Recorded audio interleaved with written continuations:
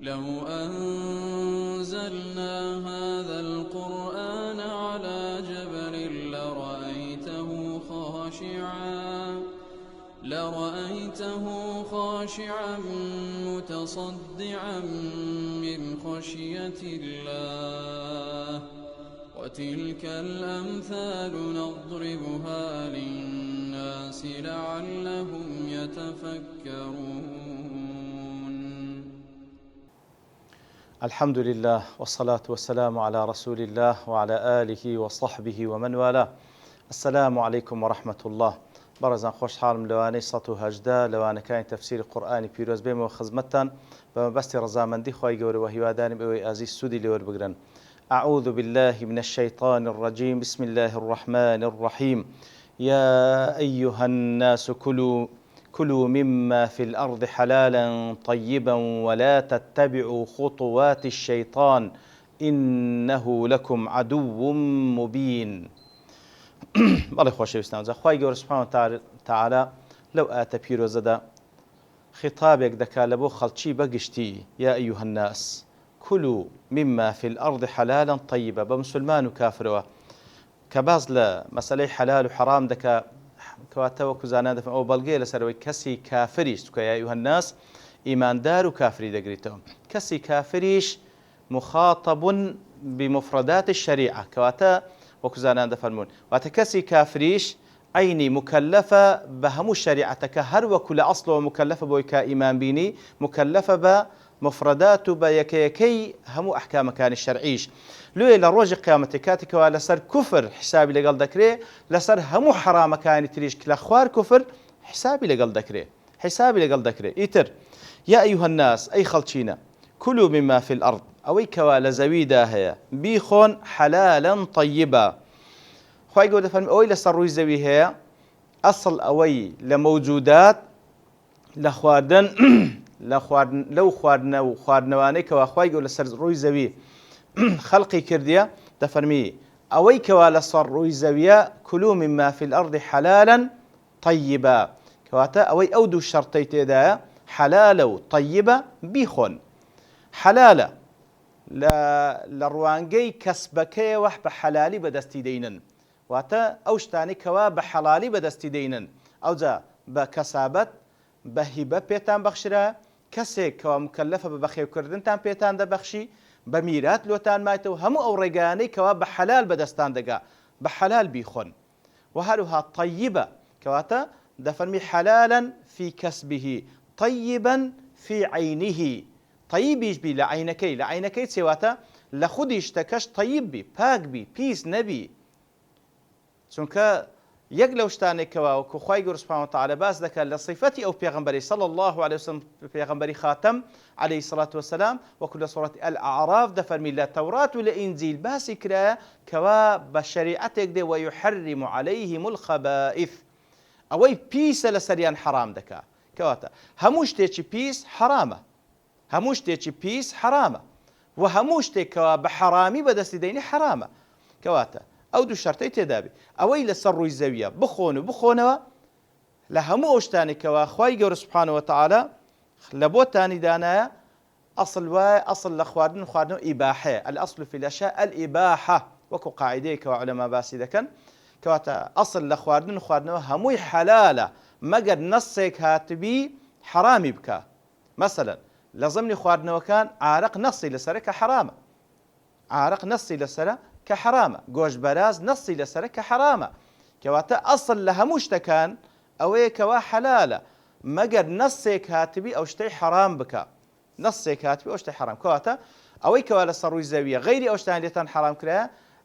ئەوەی ئەو دوو شەرتێ تێدا بیخۆن و بخۆنەوە. یەکەم حەلالن لە بەدەستهێنانی بە حەلالی بەدەستهێنابی و هەروەها لە خودی شتەکەش حەرام لە خودی شتەکەش پیس نەبی. لە بۆ نمونە جغارە ناوی نەهاتێ لە قورئان لە سونە بەڵام پیسە چێ هەیە بلێ جغارە پاکە چێ هەیە بلێ جغارە بلێ شتێکی سوودبەخشە. ئەگەر بڵێن هەموو شتەکان لەسەر ڕووی زەوی یان خەبیثە یان طیبە لبرو خواي يقول لآتكي سورة الأعراف دفن يحل لهم الطيبات ويحرم عليهم الخبائث أوي طيب باكو تساكا حلال دكا أوي بيسا حرام دكا أوي بيسا زيان بخش حرام دكا داي باشا لبون من استوكو باس صغار ماكر صغارات طيبة يان خبيثة شي دليت طيبة أوي كدرستي شي دكا لسري نوسيتي أقادار بوسبب لبوسرطان بونكي تسم بيسا تندين نخوشي لبدي كواتا يعني ديارة قضية كان والحاصل أو دو الشرطي دابي حلال بي لبدا سينانكي وهروها طيب بي لخود اشتكش ناب اشتكى بيز بي كواتا قرب حلالش بدا السينايا كابرات صغاري دخوا دلي مثلا بباري خوم كريتم خوكاكا نمدزيا بالي بباري خود بلام خود اشتكي طيبني بيسا خبيثة لو حرامة كلوا مما في الأرض حلالا طيبة ولا تتبعوا خطوات الشيطان بدواي هنقاوكان الشيطان دامرون بدواي هنقاوكان الشيطان دامرون لو لبرس يا رب العالمين لبريو بالتأكيد إنه لكم عدو مبين لبروي شيطان دجمنيكي بآشكرا دجمنتانا ببيقمان دجمنيك بآشكرا دجمنتانا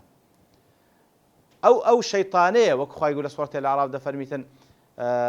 لا يفتننكم الشيطان كما أخرج أبويكم من الجنة سبحان الله أقدار بن شيطان هطان نخلتين هر وكو داكو بابين قوي لبهج داب وسبب داكو بابين قو لبهج بين تدري كواتوا دجمناتيه قسمي برب العالمين خواردي كواسر لهم وان بالشيواني حتى دجمناتي شيطان لبو بني آدم دجمناتي الشاراونية زور بآشكرا زور عجيبة بدوا شيطان دابروي كوا بشاهد رب العالمين دجمني آدم وكاني آدم بتي دس لنا ودست شيطان مني والعياذ بالله خاطر عقلك أو ذا خطوات شيطان همو أوشتانا دقري توكوا برو معصية دتشيشي طبعا الشيطان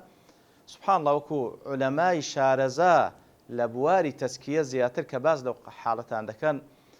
دفرمي خواهي قول سبحانه وتعالى دفرمي بدواي خطوات كاين دامرو لبرو الشيطان ناي يكم زار بيد بلي ورا كافر به نا زور بزاناي ديت زور بزاناي دي لبوت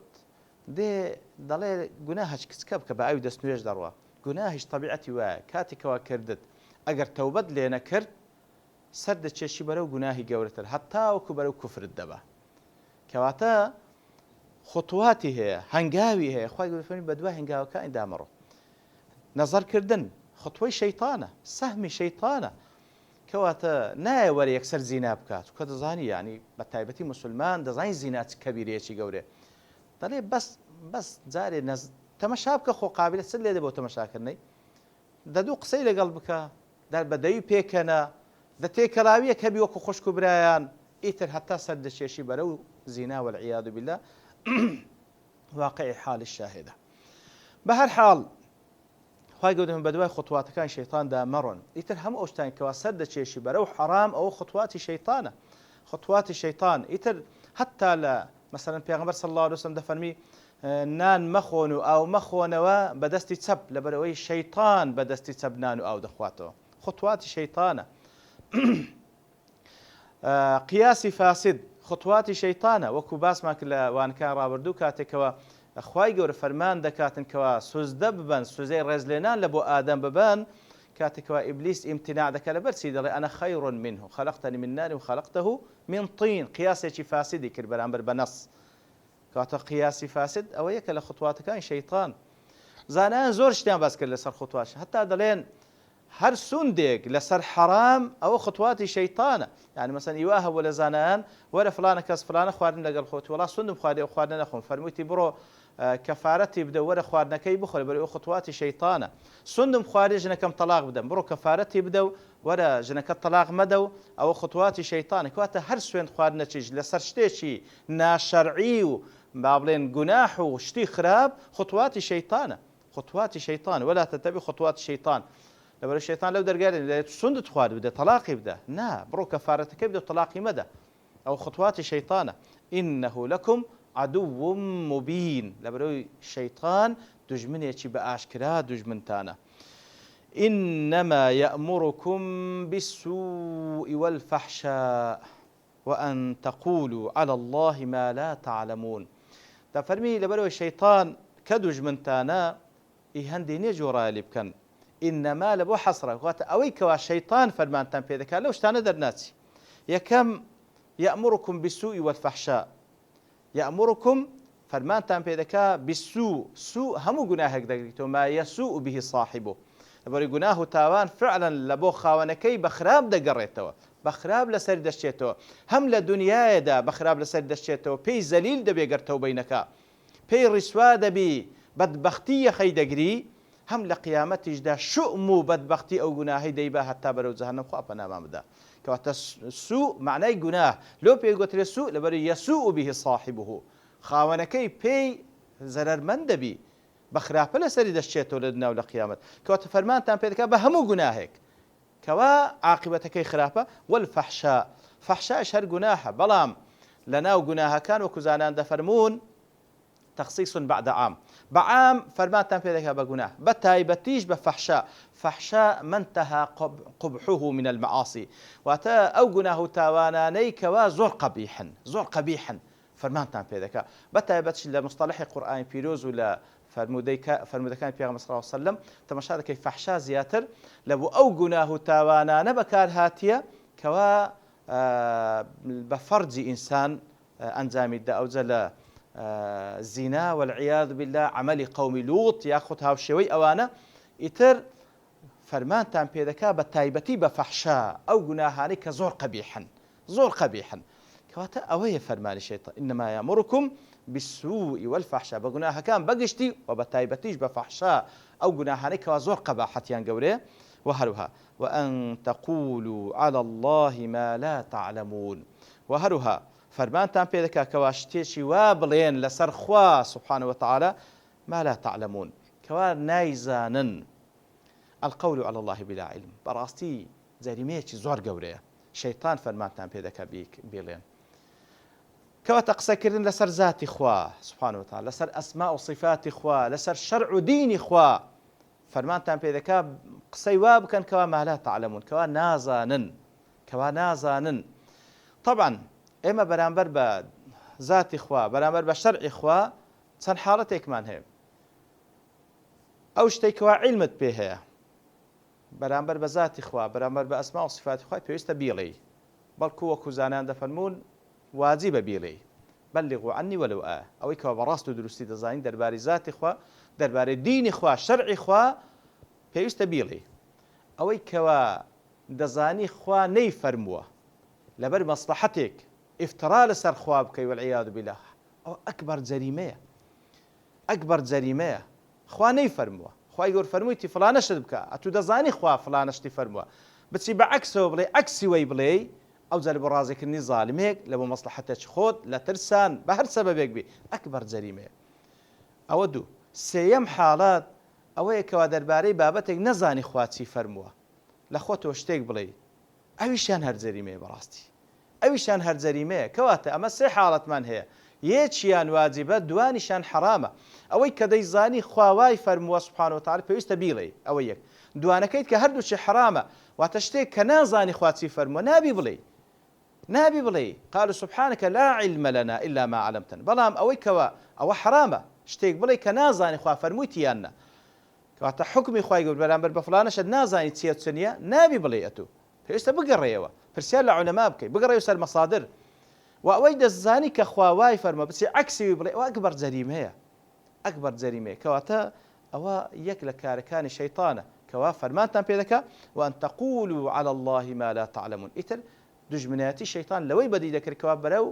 ئەو شتانەتان دەبە کە لە نەتیجەدا بەرەو جەهەنەممان بە خوا پەنامان بدە لێ ئەسڵ وایە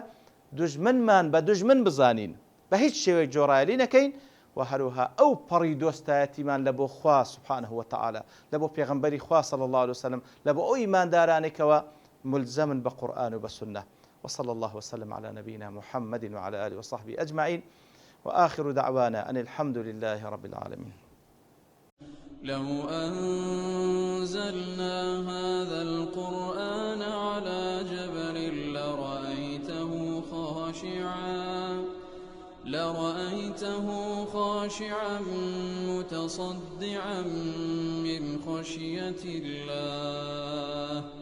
وتلك الأمثال نضربها للناس الناس لعلهم يتفكرون